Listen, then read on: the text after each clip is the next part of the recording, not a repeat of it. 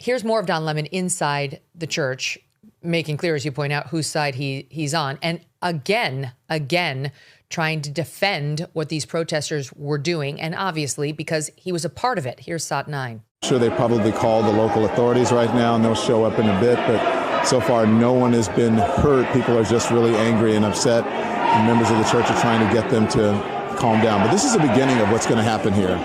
When you violate people's due process, when you pull people off the street, you start dragging them and hurting them and not abiding by the Constitution, when you start doing all of that, people get upset and angry. And if you remember what the civil rights movement was about, the civil rights movement was about these very kinds of protests. And for some reason, in our modern era, people think that in order to have protests, you got to be, cordoned off to a certain area and, what time you can protest.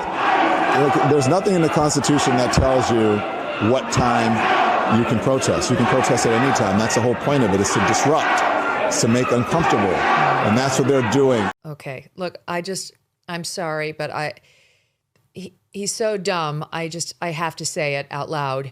No, there's nothing in the Constitution specifically spelling out what the restrictions can be on first speech. They are limited in this country, but they absolutely can have limitations.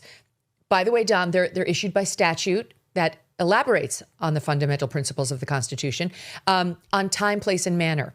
Time, place, and manner can be restricted, which is why the Westboro Baptist Church crazies can protest the funerals of our dead soldiers, but time, place, and manner can be regulated so that they cannot get right in the face of a grieving set of parents that just buried their boy. Okay? That's because the Supreme Court understands content restrictions get extreme scrutiny, but time, place, and manner regulations around speech, like you can't go into somebody's place of worship, are almost always upheld.